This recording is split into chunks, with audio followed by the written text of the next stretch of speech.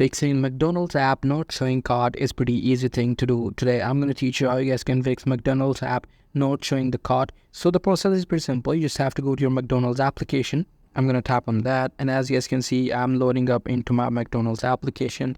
Now here you can check multiple things. So the first thing is make sure that you have a stable internet connection or your internet connectivity if you are connected to internet as well. If you are connected to internet, you can check, you can try, removing the cache from this app. So the process to remove the cache is pretty simple. You just have to go to the setting app, and in the setting apps, I'm going to search for apps, and here I will have to, go to this settings, which is app setting.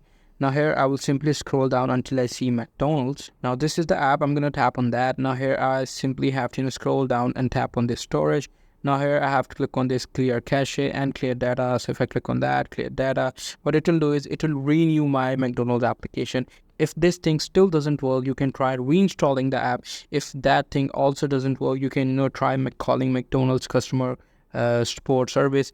So you just need to call McDonald's and tell them that I'm having some issue with my app, and that's how you guys can do it. So that's pretty much it. That's how you guys can do it. Hope you guys find this video helpful.